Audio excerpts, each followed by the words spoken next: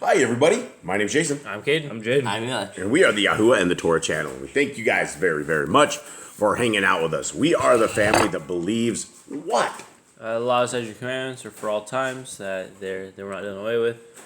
We believe that the laws are our guidestone, are what we follow every single day. We believe that our Messiah, who people know him as Jesus, is actually Yehoshua, that he was here to keep the law, he protected the law, he showed us how to follow the law, and he did it perfectly, and he died so that we have repentance of sin, so we can have to keep sacrificing animals every time we sin.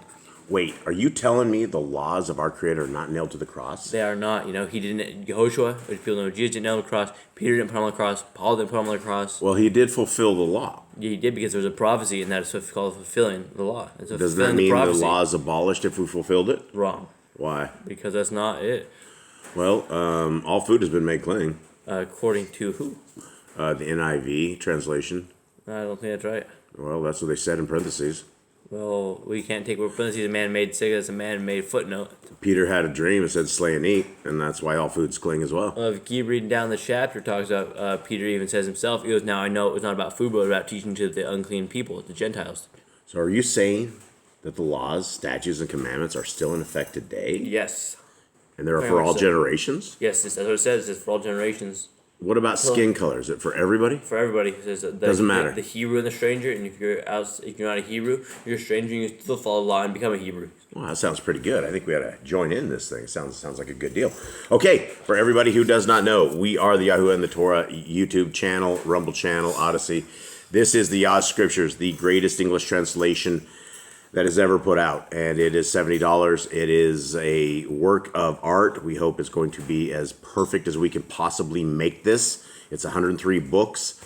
These are the books that are added that have been ripped out, and they all have the name of our Creator, the name of His Son, all the forefathers. They've all been restored. Now, if you'd like the free version of it, it's absolutely free of charge, and it is a single column. It is revision 5 right here. You can download that. You can also download the Apocrypha. The first two downloads right here are Yah's Scriptures. It is all of them. And if you'd like the eSword module, it's absolutely free of charge. It is there as well. And for anybody that wants to grab these books and put them in your library, or if you would like to help send these to prisoners, we are doing this as well. So if you guys, these are all Amazon. You can go to Amazon, and these are very, very cheap. I think there's like a $2 markup on these. 100% of the profits go into the prisoners. Now, if anybody would like to send these particular books into the prisons, get a hold of us, and we can get them in there. It's basically just order them. We ship them from Amazon right into our brothers and sisters in chains. And these guys would love a lot of these books. We haven't shipped any of these books into them yet, these smaller books, but we've been sitting here pasting emails. And Eli is my mad paster. Yesterday we went through, how many letters to our brothers did we do? 8.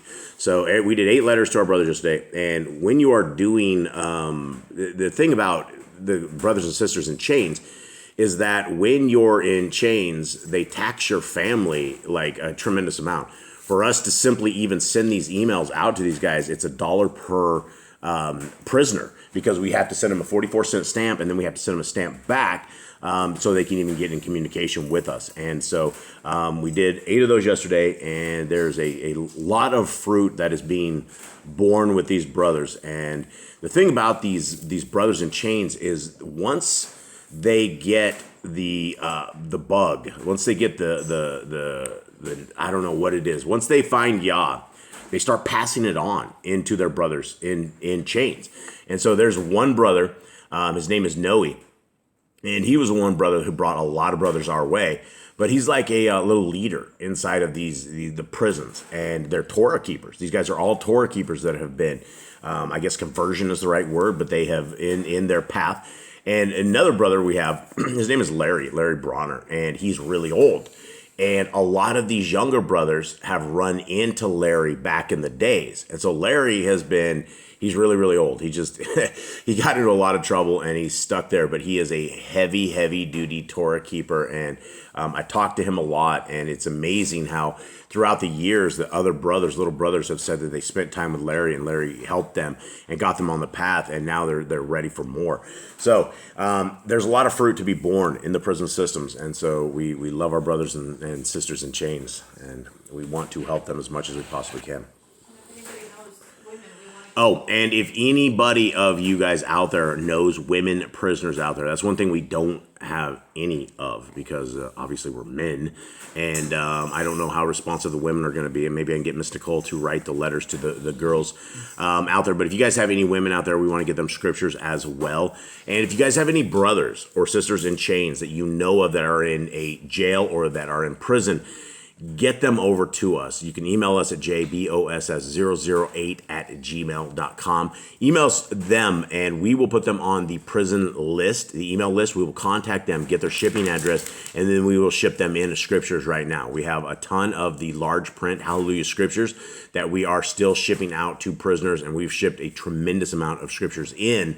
And then once Yah's scriptures are available, we will be transferring all of those into Yah's scriptures and getting them this. Okay, now here we are, chapter 27. Anyone who can tell me what in the world is going on to this point? So David rose to power. He started becoming a great leader in the army. Shaul saw that he was going to take over, and so he wanted to kill David because he knew he would be the next king instead of his son. He was going to be the next king, so David escaped for his life every time Shaul tried to kill him. Shaul has been hunting him. They make peace. He flees. Shaul tries to kill him again. They make peace. And it's this endless circle that Shaul keeps chasing David, and David is running for his life. David has all these chances as well to kill Shaul and stop this, but he says he will not kill the anointed of Yahuwah. He will not raise his hand against Yahuwah. So he just deals with it while he's running away. Yeah, how would you like to end up with a father-in-law like this, huh? Bad. That'd be terrible. Yeah, it'd be terrible. So it's probably best you guys stay single are you guys gonna stay single forever? Probably. Probably. There's no hope out there, is there? No hope, yeah. Yeah. And so, Kate, are you staying single forever? Oh, yeah, probably. Probably is. Why is this sad, Miss Nicole? No grandkids. She wants grandkids. Well, sorry. We had dogs. We adopted the dogs. I was gonna say Hannah had 2 kids. We could really throw in some chaos and have another pack inside of a pack. We could do 18 dogs together and see if we could live. Please, no. See if we can live 2 years with that. Okay. Well, yeah. Sorry, Miss Nicole. Probably not going to have any grandkids. The kids are very celibate here. They're very happy away from the rest of the world, and it's probably not going to happen. So here we go. Chapter 27. And David said in his heart, "Now I shall perish by the hand of Shaul someday. There is not better for me than to escape to the land of the Pelishites. Then Shaul shall give up searching for me any longer in any part of Israel, and I shall escape out of his hand." This must be considered some sort of treason or something. Yeah, it's like, well, I guess the funny thing is, I guess Shaul was a name that is everybody used, right? Because we have homeboy Paul, right, who wrote 7/8 of the scriptures at the end. And brother Shaul, Paul, has all of these people thinking that there is no laws, that there are no appointed times, that there are none of this stuff. So I don't know. I don't think you should name your kid Shaul. That's my point. 2. So David rose up and passed over with the 600 men who were with him to Achish, son of Maok, sovereign of Gath. And David dwelt with Achish at Gath, he and his men, each man with his household. David with his 2 wives, Achioam and Yisraelites, and Abigail, the Carmelitess, Nabal's widow. These are such big words. Okay. So this dude, the king of Gath, took in all of David's dudes, who we know of, like 300, 400 people? 600. 600. Well, I bet it's more now. With wives, so there's 1,200 2 more people. wives, and there's just I bet it's doubled. So why do you think that this guy who was like competition to the Israelites would pull in and secure David, all of his wives, If the songs got around, David kills 10,000, Shaul lays thousands, then you'd want to do it on your side, especially if he's like enemy of my enemy is my friend. So. Mm-hmm. Okay, 4. And it was reported to Shaul that David had fled to Gath, so he sought him no more. And David said to Achish, "If I have found favor in your eyes, let them give me a place in some town in the country to dwell there. For why should your servant dwell in the royal city with you?" Okay, so what do we make of that particular verse right there? David wants to basically be like out in the field. He doesn't want to be like in the royalty of this place, right? He's not the king, so he's like, I don't belong here. He goes, let me have a field somewhere and not be around the royalty. Yeah, and that's the hopes and dreams of like most people is to move to the country, right? So he's not a concrete. He didn't want the concrete kingdom. He's like, hey, putting out there. But what we can find from this is that he must have been dwelling in the city for a while. With these dudes, and so all of a sudden a city would have had, you have 600 dudes. They probably all married. There's 1,200 people right there, plus David. 1,300 people just come moseying into the city. Okay, now do you think David's the only guy that moved to the country, or do you think everybody else moved? I bet he moved everyone to the country. You think they all moved to I the country? bet he kept his people with him. All right. 6. And Achish gave him Ziklag that day. That is why Ziklag has belonged to the sovereigns of Yehudah to this day. And the time that David dwelt in the country of the Pelishites came to be a year and 4 months. And David and his men went up and raided the Geshurites and the Gerzerites and the Amalekites. For those nations were the inhabitants of the land from of old. As you go to Shur, even as far as the land of Mitzrayim. And when David had smitten the land, he left neither man nor woman alive, but took away sheep and cattle and donkeys and camels and garments and returned and came to Achish. So this is a simple little verse, but inside of this verse, David just conquered some land. kills everybody. Everybody's dead, right? And this is what most of the soldiers of Yah were not able to do. A lot of them were not able to do just this. Right, and that's where Shaul's downfall started, when he did not kill everything. Yeah, and it's hard. These are hard things, right? When people hear that the creator of the universe is okay with everybody being annihilated.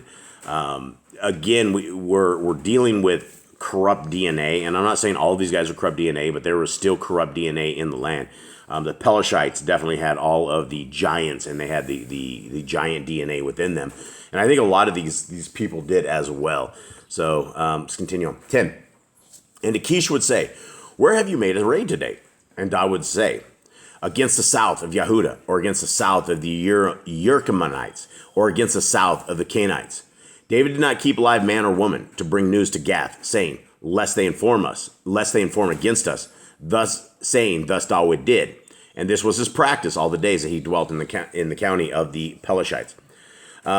So clearly it says right there a little bit more about this, that David was like killing them all so they didn't come and complain, essentially is what that said. Is that what you guys caught from this? Yeah, I think so. And basically, lest they inform against us, saying, David did this, right? So there's nobody to say that. No witnesses. Witnesses, yeah, they kill them all. That's it. Okay, 12. And Achish trusted David, saying, "He has indeed made himself a stench to his people in Yisrael, and has become my servant forever." How wrong he is. But we'll let him think that for now.